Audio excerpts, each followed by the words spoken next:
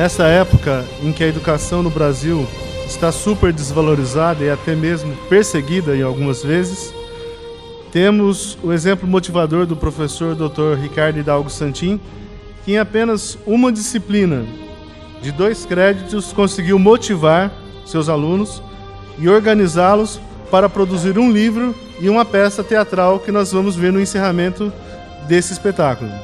Para explicar como foi essa balbúrdia, convido o professor Ricardo Santin.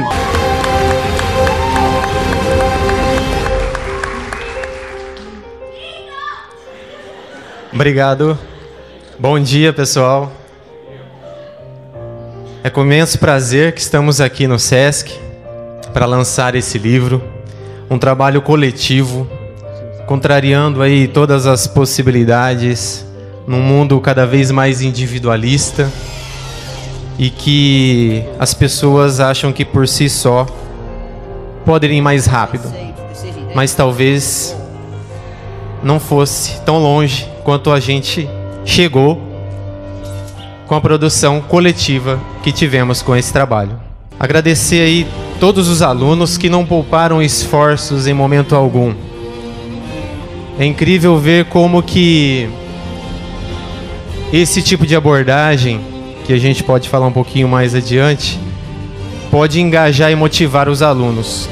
Quem diria alunos em sábado à tarde indo para a faculdade, passando do horário à noite, alguns quase perdendo o ônibus, alguns tomando chuva, por conta de um ideal, por conta do conteúdo, por conta da formação.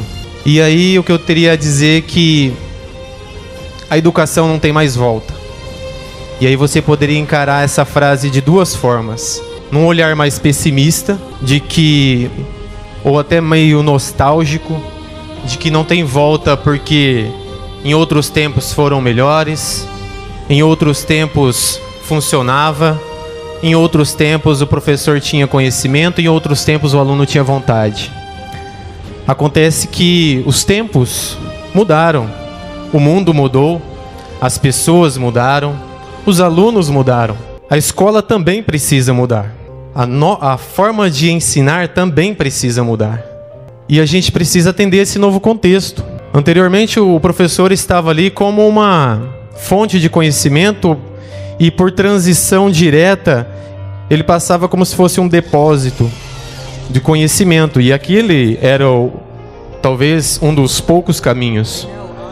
Hoje conhecimento e informação, que não são a mesma coisa, estão na palma da nossa mão.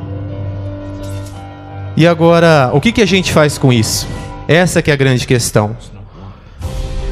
O mundo está muito dinâmico, os problemas são outros. E se os problemas são outros, a gente precisa de outras formas de olhar para isso, como um olhar criativo, trazendo uma perspectiva mais otimista. E quando a gente resolve um problema agora, surgem mais 2. Então não tem como ser estático.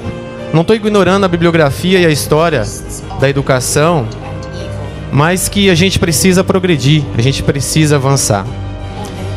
E essa abordagem e a resposta com que os alunos me passaram com essa abordagem, que a gente poderia chamar de Learning by Learning, poderia dar um outro nome gringo aí, né? Learning, Creative Learning, aprendizagem criativa, aprendizagem baseada em projetos. Mas o fato é que para cada turma a gente precisa ter um olhar sensível, especial, atento às demandas para mudança e formação, para aquele contexto, para aquela turma e para aquela disciplina, nunca perdendo de vista o conteúdo a ser levado com uma formação profissional também. Mas que a gente possa ter essa formação humanista também. E não só por isso, mas o que eu gostaria de destacar, que essa obra, ela trata uma outra forma da gente não só trabalhar o conteúdo como fizemos em sala de aula, mas também uma forma da gente fazer uma análise crítica no nosso contexto social.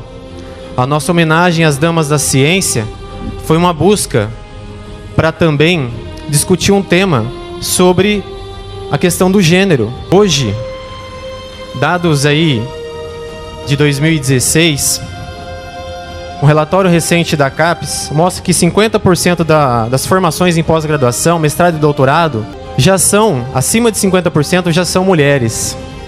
Devido a muita luta e o fato histórico que a gente quer mostrar com essa peça, que as conquistas, as batalhas, as dificuldades que essas mulheres sofreram ao longo da história, fizeram com que a gente tenha essa conquista hoje.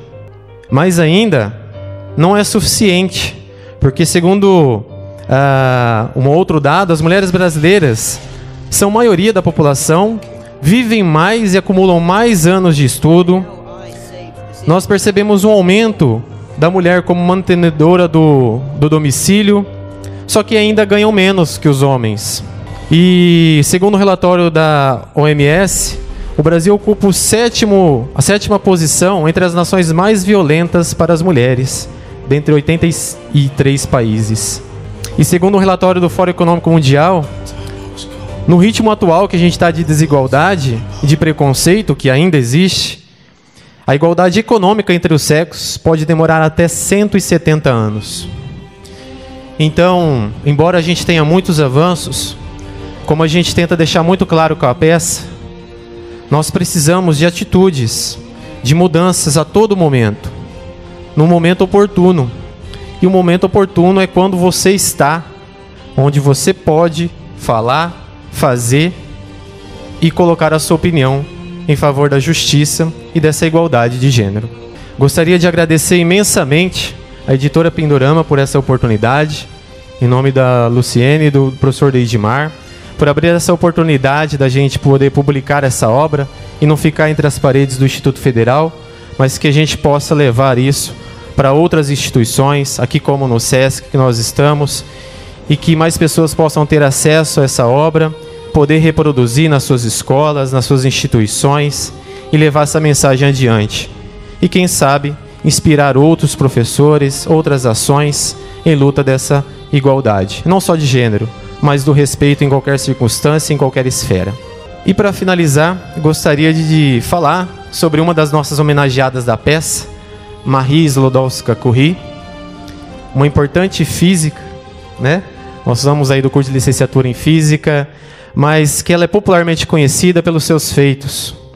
E ela estrategicamente está na nossa peça para mostrar a importância que essa mulher teve em abrir as oportunidades para as mulheres dentro da ciência. Marie, num ambiente de preconceito, que talvez a peça possa deixar um pouco mais clara, mas que, certa vez, saindo da sua residência, foi abordada em Paris por um jornalista que confundiu ela como... Isso, Marie já estava no auge da sua carreira, vamos colocar assim. O jornalista confunde ela com uma dona de casa. E aí começa a fazer perguntas sobre aquelas redondezas, aquela situação, sobre os famosos daquele bairro. E percebendo que o jornalista não havia notado de quem que se tratava, ela já dá-lhe uma resposta bem direta, como Marie era, né? Sincera, objetiva, de personalidade forte e se posicionando. Não aceitava ser tratado mais ou menos por ser mulher. E pela época, né, muito comum ser confundida como uma dona de casa. Então, ela retruca diretamente para esse jornalista: seja menos curioso sobre as pessoas e mais curioso sobre as ideias.